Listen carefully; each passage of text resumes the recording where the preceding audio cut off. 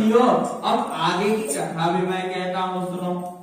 पहले समय में उल्का मुख नाम का एक बुद्धिमान राजा हुआ करता था और वह सत्य वक्ता और जितेंद्रिय। प्रतिदिन देव स्थानों पर जाना उसका काम था। शिव मंदिरों में जाता था, दुर्गा मंदिरों में जाता था, सभी मंदिरों को वो चक्कर लगाता था और गरीबों को धन देकर उनके कष्ट को हमेशा वो दूर करता था। उसकी पत्नी कमल के समान मुख वाली और सती सावित्री भद्रशिला नदी के तट पर दोनों ने सत्यनारायण का व्रत किया। उस समय वहां एक साधु वैश्य आ गया। उसके पास व्यापार के लिए बहुत सा धन रखा हुआ था।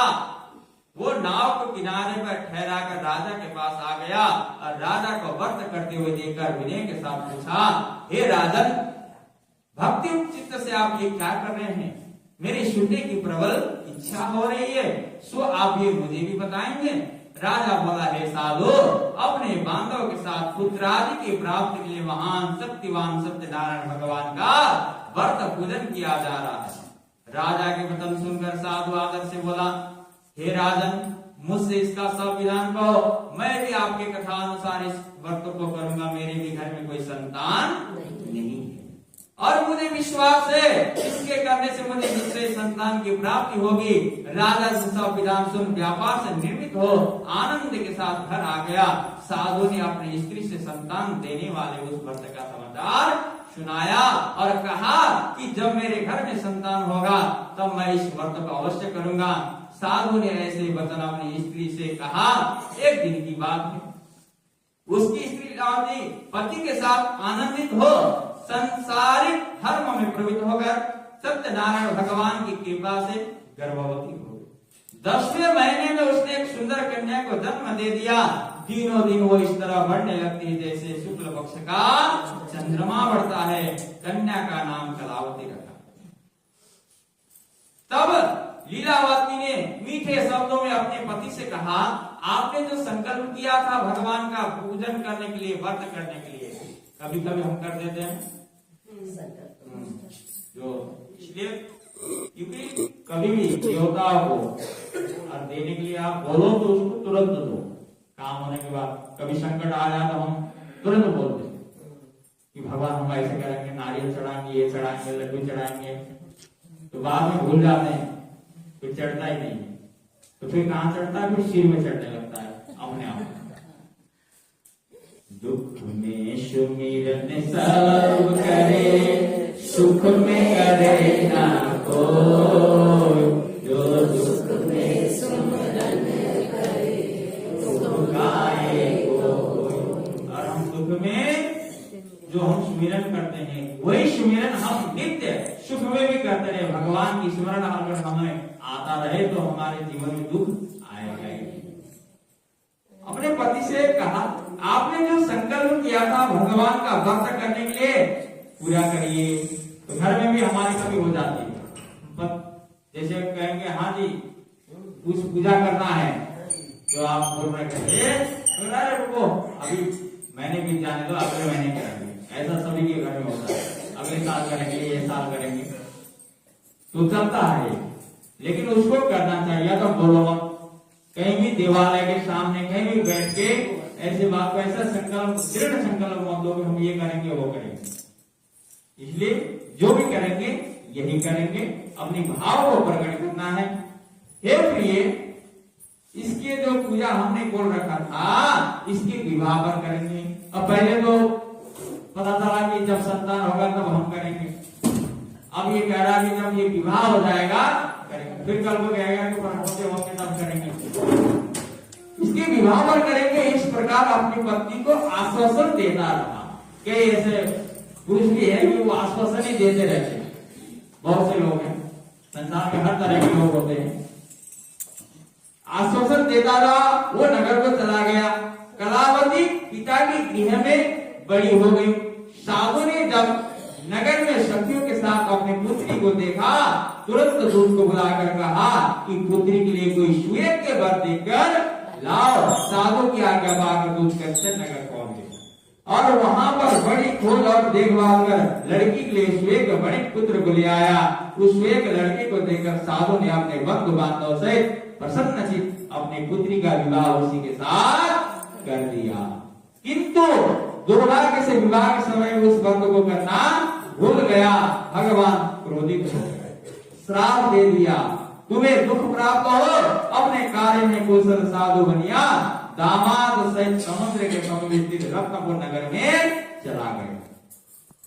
दोनों ससुर जमाई चंद्रकेतु राजा के उस नगर में व्यापार करने लगे। एक दिन की बात है, भगवान सत्यनारायण की माया से प्रेरित कोई चोर राजा का धन चुराकर भाग रहा था, किंतु राजा के दूतों को आता देखकर चोर ने घबरा कर भागते हुए राजा के धन को वहीं चुपचाप रख दिया जहां वो ससुर जमाए ठहरे हुए थे, व्यापार कर रहे थे। जब दूत ने साधु के पास राजा के धन को रखा हुआ देखा, दोनों को बांध कर ले गए। प्रसन्नता से दौड़ते हुए राजा के समीप जाकर बोलते हैं, ये दो चोर हम पकड़ कर लाए हैं, देकर आज्ञा दे। तब राजा ने आज्ञा दे दिया। वहां सब कुछ नहीं हुआ, क्योंकि समय वहां अनुकूल नहीं था। वो भगवान की माया थी, भगवान की श्राप थी, वो तो अटल होना था। अगर वहां अनुकूल होता तो राजा सब कुछ करता, हाँ भाई कहां से आए हो, सामान लिया, चेक करता। वहां सीधे आदेश दे दिया। कभी ऐसा होता है, बड़े बड़े खेलों में भी होती, क्रिकेट में भी होता है, वैसे आउट होता नहीं, आउट दे देता है, लेकिन वो मान्य होता है। ऐसा ही है, कठिन कारावास में डाल दिया गया, उनका धन छीन लिया गया। सत्यनारायण भगवान के श्राप द्वारा उनकी पत्नी की घर पर बहुत दुखी हो गए। घर पर जो धन रखा हुआ था वो भी चोर चुरा कर ले गए। शारीरिक मानसिक पीड़ा तथा भूख प्यास से अति दुखित हो अन्न की चिंता में, जबकि इतना संपन्नशाली व्यक्ति आज एक अन्न की चिंता में, सुबह शाम भोजन की चिंता में अब इधर उधर भटकने लगे। कलावती एक ब्राह्मण के घर गई, वहां उसने सत्यनारायण भगवान का व्रत होते हुए देखा, फिर कथा सुनी, प्रसाद ग्रहण कर रात को घर आ गई। माता ने कलावती से कहा, हे पुत्री, अब तक कहा रे तेरे मन में क्या है? कलावती बोली, हे माता, मैंने एक ब्राह्मण के घर श्री सत्यनारायण भगवान का व्रत होते हुए देखा। कन्या के वचन सुनकर लीलावती भगवान की पूजन की तैयारी करने लगती है। लीलावती ने परिवार और बंधुओं से सत्यनारायण भगवान का पूजन किया और वर मांगा, मेरे पति और दामाद जहां कहीं भी फंसे हुए हैं वो शीघ्र ही घर आ जाएं। साथ में प्रार्थना किया, जितने भी हमने अपराध किया है वो भी क्षमा कर दे। सत्यनारायण भगवान इस व्रत से संतुष्ट हो जाते हैं और राजा चंद्रकेतु को स्वप्न में दर्शन देकर कहा, हे राजा, दोनों वैश्य को प्रातः ही छोड़ दो, उनका सब धन जो तुमने ग्रहण किया दे दो, नहीं तो मैं तेरा धन राज्य पुत्रादि सबको नष्ट कर दूंगा। राजा से ऐसे वचन कहकर भगवान अंतर ध्यान हो गए। प्रातः काल हुआ, राजा चंद्रकेतु ने सभा में अपने स्वप्न को सुनाया। जो भी स्वप्न में भगवान ने उनको बताया था, सारे सभा इकट्ठा किया और वहां बताया। दोनों वणिक पुत्र को कैसे मुक्त कराकर सभा में बुलाया गया। हे महान भाव, राजा बोलता है, हे महान भाव, भावी बस तुम्हें ऐसा दुख प्राप्त हुआ, अब तुम्हें यहाँ कोई भय नहीं, कोई चिंता नहीं। ऐसे कहकर राजा ने उनको नए नए वस्त्र आभूषण पहनाया और जितना धन लिया हुआ था उससे दुगना धन देकर उनको आदर के साथ विदा किया। दोनों वैश्य अपने घर को सत्यनारायण भगवान। शुद्ध जी बोलते हैं, वैष्णव मंगलाचार करके यात्रा को आरंभ कर दिया, अपने नगर को चल दिया। उनके थोड़ी दूर निकलने पर दंडी वेशधारी सत्यनारायण ने उनसे पूछा, हे साधु, तेरी नाव में क्या है? अभिमानी बड़ी खस्ता हुआ बोलता है, हे दंडी, आप क्यों पूछ रहे हो? क्या धन लेने की इच्छा है? मेरी नाव में तो बेर और पत्ते भरे हुए हैं, कंकड़ भरे हुए हैं, सारे यही चीज है, आपको क्या चाहिए बताइए। दंडी भगवान ने कहा कि तुम्हारा वचन जो तुमने बोला है वही सत्य हो, हमें तो कुछ चाहिए नहीं। चलो बेलपत्ते भरे तो ठीक, और भर जाए बेलपत्ते, तुम्हारा वचन सत्य हो। दंडी ऐसे कहकर वहां से कुछ दूर चले गए और कुछ दूर जाकर समुद्र के किनारे बैठ के देख रहे हैं।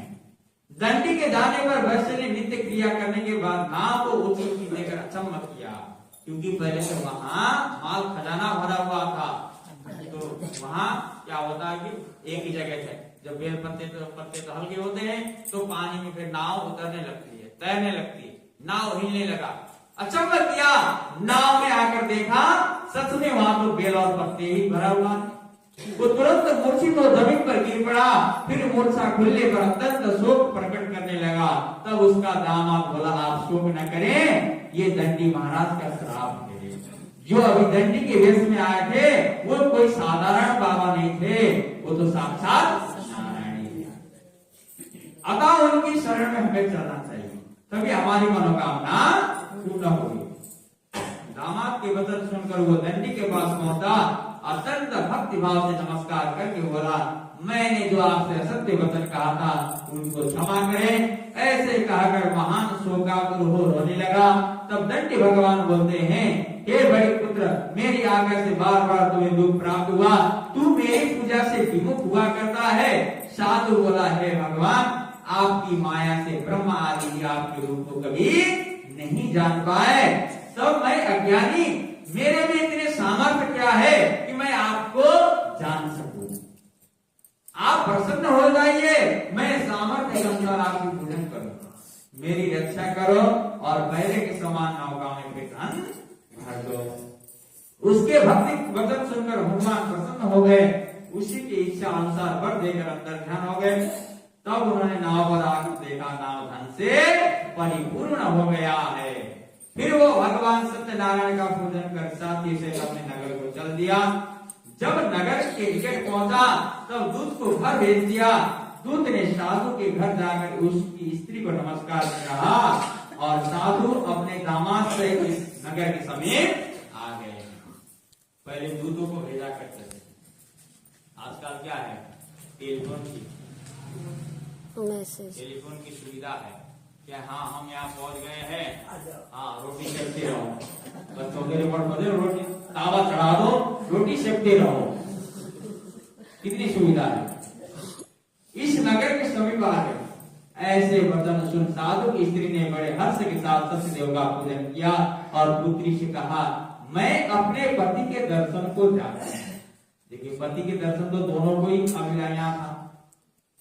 पुत्री से कहती है, उसको जल्दी हो रही है कि तू यहाँ कार्य संभाल लेना, मैं अपने पति के दर्शन, पति के लिए दोनों आ रहे हैं, पति दोनों के पति आ रहे हैं, दर्शन के लिए दोनों की जल्दी है, और मैं अपने पति के दर्शन को जाती हूँ, तू कार्य पूर्ण कर लेना, पूजा पूर्ण कर लेना, जो भी आए मेहमानों को प्रसाद बांट लेना और जल्दी जल्दी निकल जाना, आ जाना तो पीछे पीछे से, तू कार्य पूर्ण कर शीघ्र आ जाना। माता के ऐसे वचन सुनकर कलावती, उसको भी जल्दी था, वो भी पीछे पीछे दौड़ गई। प्रसाद को छोड़कर, पूजन को छोड़कर पति के पास चली गई। प्रसाद की अवज्ञा के कारण सत्यदेव विरुष्ट हो गए। उसके पति को नाव से पानी में डुबो दिया। कलावती अपने पति को न देखकर रोती हुई जमीन पर गिर गई। इस तरह नौका को डूबा हुआ था। कन्या को रोता हुआ देख साधु दुखित हो बोला, हे प्रभु, मुझसे या मेरे परिवार से जो भूल हुई उसे क्षमा करो। उसके दीन वचन सुनकर सत्यदेव फिर प्रसन्न हो गए और आकाशवाणी हो गई, हे साधु, तेरी कन्या मेरे प्रसाद को छोड़कर आई है, पूजन को अधूरा छोड़कर आई है, इसलिए इसका पति अदृश्य हुआ। ऐसी आकाशवाणी सुनकर कलावती ने घर पहुंचकर पूजन को पूर्ण किया है, प्रसाद ग्रहण किया है, सभी मेहमानों को विदा किया है और फिर आकर अपने पति का दर्शन किया। तत्पश्चात साधु ने बंधु बांधव से सत्यदेव का फिर से विधि पूर्वक पूजन किया है। इस प्रकार इस लोक का शुभ होकर अंत में स्वर्ग लोक को चला गया। बल सत्यनारायण भगवान। सूत जी बोलते हैं, हे ऋषि, मैं और भी को कथा कहता हूँ, सुनो। प्रजापालन में तुम ध्वज नाम का एक राजा हुआ करता था। उसने भी भगवान का प्रसाद को त्याग कर बहुत दुख को पाया। एक समय की बात, वन में जाकर वन्य पशुओं को मारकर पेड़ के नीचे आकर बैठ गया। वहां उसने ग्वालों को भक्ति भाव से बांधव से सत्यनारायण जी का पूजन करते हुए देखा। राजा देख कर भी अभिमान बस वहां नहीं गया जहां पूजा हो रही थी, न नमस्कार ही किया। जब ग्वालों ने भगवान का प्रसाद उसके सामने रखा तो प्रसाद को त्याग कर अपने सुंदर नगरी को चला गया। वहां उसने अपना सब कुछ नष्ट हुआ पाया, वो जान गया ये सब भगवान ने किया है। तब वो विश्वास कर ग्वालों के समीप आ गया, विधि विधान के साथ पूजन किया, प्रसाद ग्रहण किया। सत्यदेव की कृपा से पहले जैसा था वैसा ही हो गया। फिर दीर्घ काल तक सुख होकर मरने पर स्वर्ग लोक हो गए। जो मनुष्य इस परम दुर्लभ व्रत को करेगा, भगवान की कृपा से उसे धन धान्य की वृद्धि होगी, निर्धन धनी और बंदी बंधन से मुक्त होकर निर्भय हो जाता है, संतानहीनों को संतान की प्राप्ति होती है, सब मनोरथ पूर्ण होकर अंत में वैकुंठ धाम को चला जाता है। जिन्होंने पहले इस व्रत को किया, अब उनके दूसरे जन्म की कथा कहता हूँ, सुनो। वृद्धस्थान ब्राह्मण ने सुदामा का जन्म लेकर मोक्ष को पाया। उल्का मुख नाम का राजा दशरथ होकर वैकुंठ को प्राप्त हुए। साधु नाम के वैष्णव मोरध्वज बनकर अपने पुत्र को आदेश देकर मोक्ष को प्राप्त किया। महाराज सुखदेव ने संपन्न होकर भगवान में भक्ति युक्त कर्म कर मोक्ष को प्राप्त किया। वर सत्यनारायण भगवान श्रीमन नारायण जय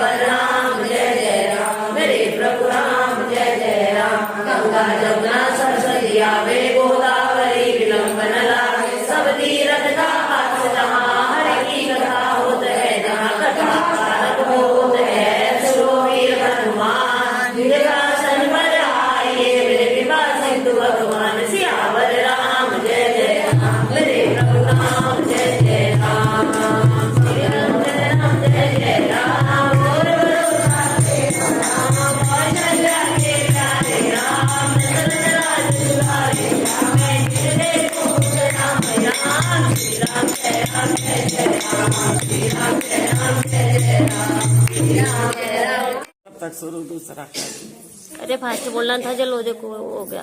एक ही कर तो गए।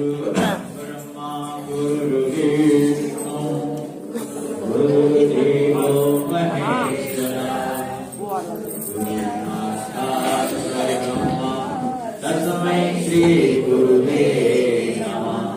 अखण्डमण्डलाकारं व्याप्तं येन चराचरं तत्पदं दर्शनं मे। तस्मै श्री गुरुवे नमः। तस्मै श्री गुरुवे नमः। श्री गुरु शरण कमलेभ्यो नमः।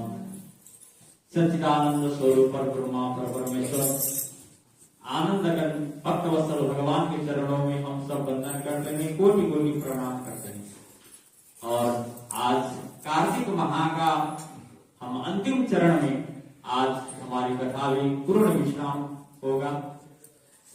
तो सभी भक्तों, सभी माताएं, सभी बहनें, जो भी इस प्रातःकालीन समय में इतने संयम के साथ व्रत तप क्या है, संपूर्ण फल आप लोग को प्राप्त हो और भगवान नारायण की कृपा सदैव आप लोग के ऊपर हमेशा बनी रहे और ऐसा ही सत्संग निरंतर चलता रहे, प्रेम पूर्वक सद्भाव और सब एक साथ एकजुट होकर चलता रहे। क्योंकि सत्संग जो हम करते हैं, कथा करते सुनते हैं, सबसे पहले अपने आप को संयम रखें। अपने आप को संयम रखना बड़ा जरूरी है। क्रोध को त्यागना है, आलस्य को त्यागना है और मिथ्या भाषण से बचना है सबसे पहले। क्योंकि इसमें एनर्जी भी खराब होती है। अपनी एनर्जी ज्यादा व्यक्त न करें, वही एनर्जी हम भगवान के चरणों में लगाएं और मिथ्या भाषण बंद करें।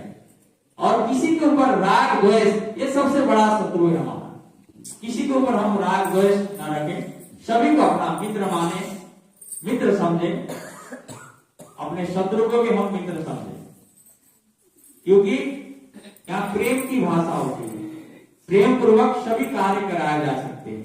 प्रेम के ही वशीभूत हैं सब, ये जगत प्रेम के ही वशीभूत है। तो इसलिए तो इस एक माह तक जो कथा हुई है, इसमें मैं भी हमारे वाणी में, कथा में किसी भी प्रकार की त्रुटि कमी रह गई हो तो हम क्षमा मांगते हैं, भगवान से भी हम क्षमा मांगते हैं कि हमारी कथा में कोई त्रुटि रह गई हो, तो वाणी में कुछ त्रुटि हुई हो, कि हम मनुष्य, हम कोई ईश्वर तो है नहीं, हमारे से भी गलती होती है, तो उसे हम क्षमा मांगते हैं प्रभु के सामने।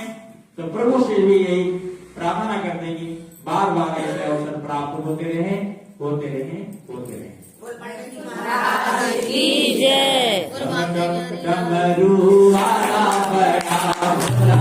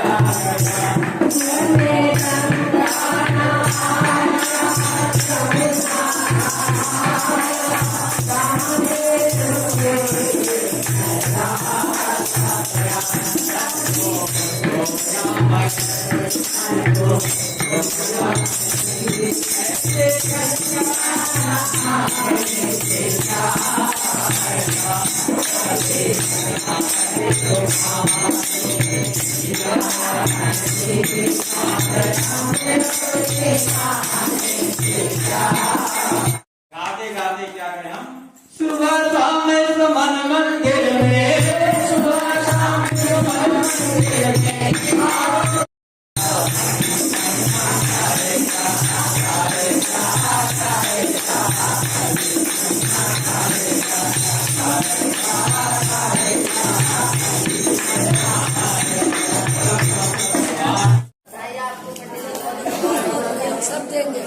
हमारा कहने का फल मिलता है ना पंडित जी। बिल्कुल सही बात। हमारी संगत से बहुत ज्यादा हमारी पंडित से, हमारी संगत से किसी से भी कोई गलती है पंडित जी माफ करना, क्योंकि हमारी संगत भी थोड़ी अनपढ़ और कम व्यवहार है। सही बात है, सही बोल रहे हो। और सबको 10 बजे पहुंचना है मंदिर के अंदर पूजा के लिए। पहले नीचे पूजा होगी, फिर ऊपर हवन होगा, उसके बाद फिर नीचे आके आरती होगी और उसके बाद प्रसाद वितरण होगा। और सब शांति से लेना, कोई संकल्प कब छोड़ना है? और जितने संकल्प कराना वो संकल्प करा, उधर आरती होती रहेगी, इधर संकल्प करा।